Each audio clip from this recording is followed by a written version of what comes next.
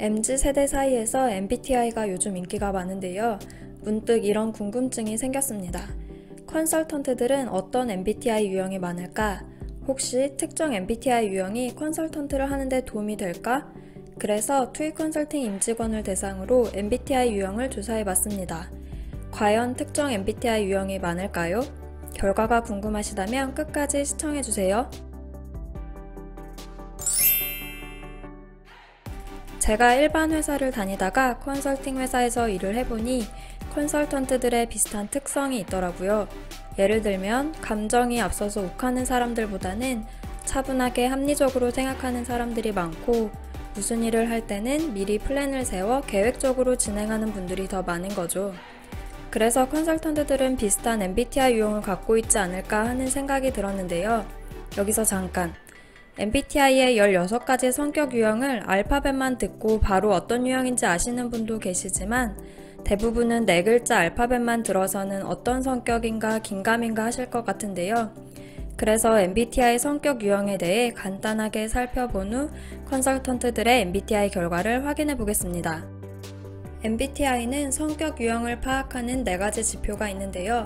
외향형과 내향형으로 나누는 에너지 방향, 감각형과 직관형으로 나누는 상황 인식, 사고형과 감정형으로 나누는 결정 방식, 판단형과 인식형으로 나누는 삶의 패턴이 있습니다.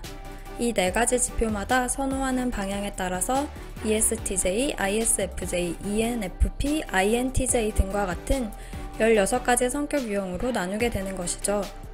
먼저 에너지 방향은 에너지를 어디에서 얻는지에 대한 것인데요.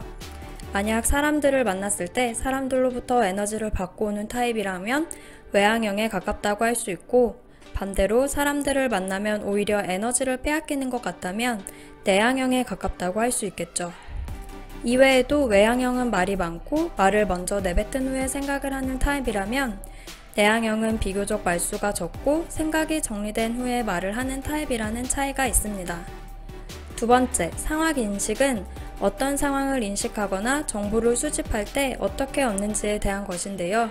만약 시각, 청각, 후각 등 오감을 통해 상황을 인식하고 사실과 구체적인 정보를 선호한다면 감각형에 가깝고, 예감, 직감 등을 통해 상황을 인식하고 통찰과 추상적 정보를 선호한다면 직관형에 가깝다고 할 수 있습니다.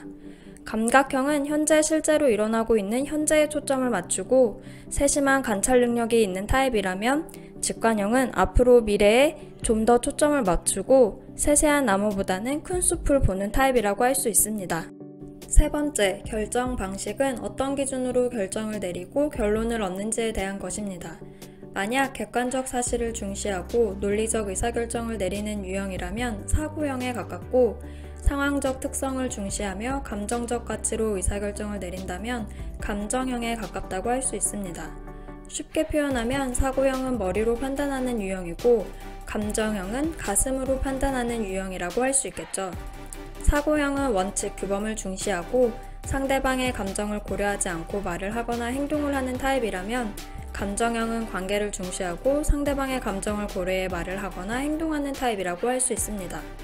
마지막으로 삶의 패턴은 어떤 방식으로 삶을 살아가는지에 대한 것입니다.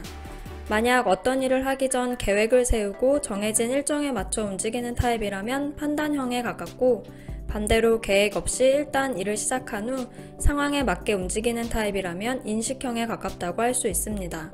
판단형은 목적이 뚜렷하고 결과를 중시하는 타입이라면, 인식형은 호기심이 많고 과정을 중시하는 타입이라고 할 수 있습니다. 그동안 겪어본 컨설턴트들을 떠올려 본다면 에너지 방향과 상황 인식은 다양하게 있을 것 같은데요.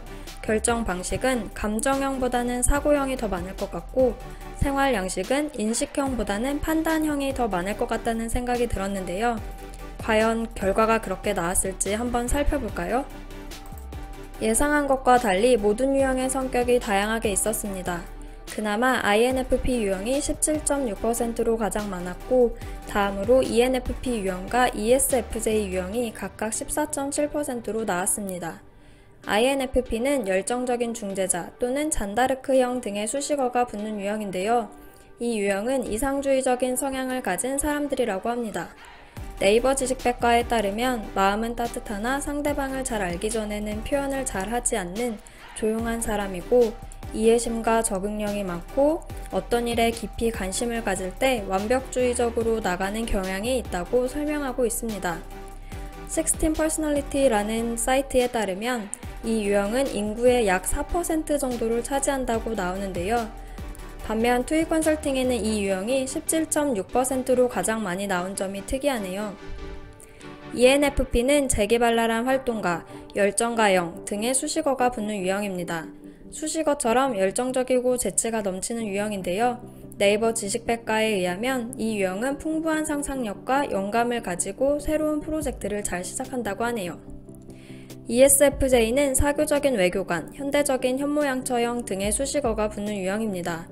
이 유형은 인구의 약 12%를 차지하는 보편적인 성격 유형이라고 하는데요. 사람들과 함께 일하는 것을 좋아하고 모든 사람들과의 조화를 중시한다고 합니다. 분류된 성격 유형이 아닌 외향형, 내향형, 감각형, 직관형 등 8가지 요소별로 하나씩 살펴보면 혹시 어떤 결과가 나올지 궁금해서 비교를 해봤는데요. 한 가지 의외의 결과를 발견했습니다. 앞서 언급했던 것처럼 컨설턴트는 객관적이고 논리적인 사고를 많이 하는 사고형이 많을 거라고 생각했는데요. 오히려 관계를 중시하고 가슴으로 판단하는 감정형이 70.6%로 사고형보다 더 많았습니다. 왜 그럴까 곰곰이 생각을 해보니 컨설턴트는 대부분 프로젝트 단위로 일을 수행하는데요. 프로젝트를 진행하는 고객사에서 짧으면 수개월, 길면 몇 년간 출근을 하며 고객사의 직원들과 함께 일을 합니다. 그렇기 때문에 고객사 임직원과의 관계가 매우 중요한 부분 중 하나인데요.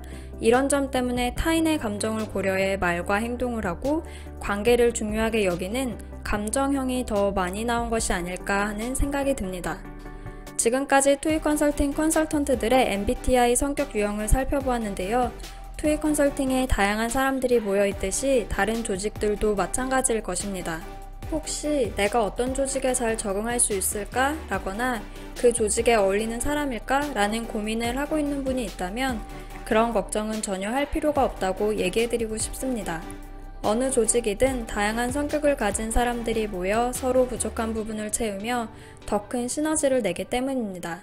중요한 것은 모든 사람들이 다르다는 점을 인정하고 서로가 서로를 이해할 줄 아는 것이 아닐까요? 저희가 준비한 영상은 여기까지입니다. 이번 영상을 재밌게 보셨다면 구독과 좋아요를 눌러주세요.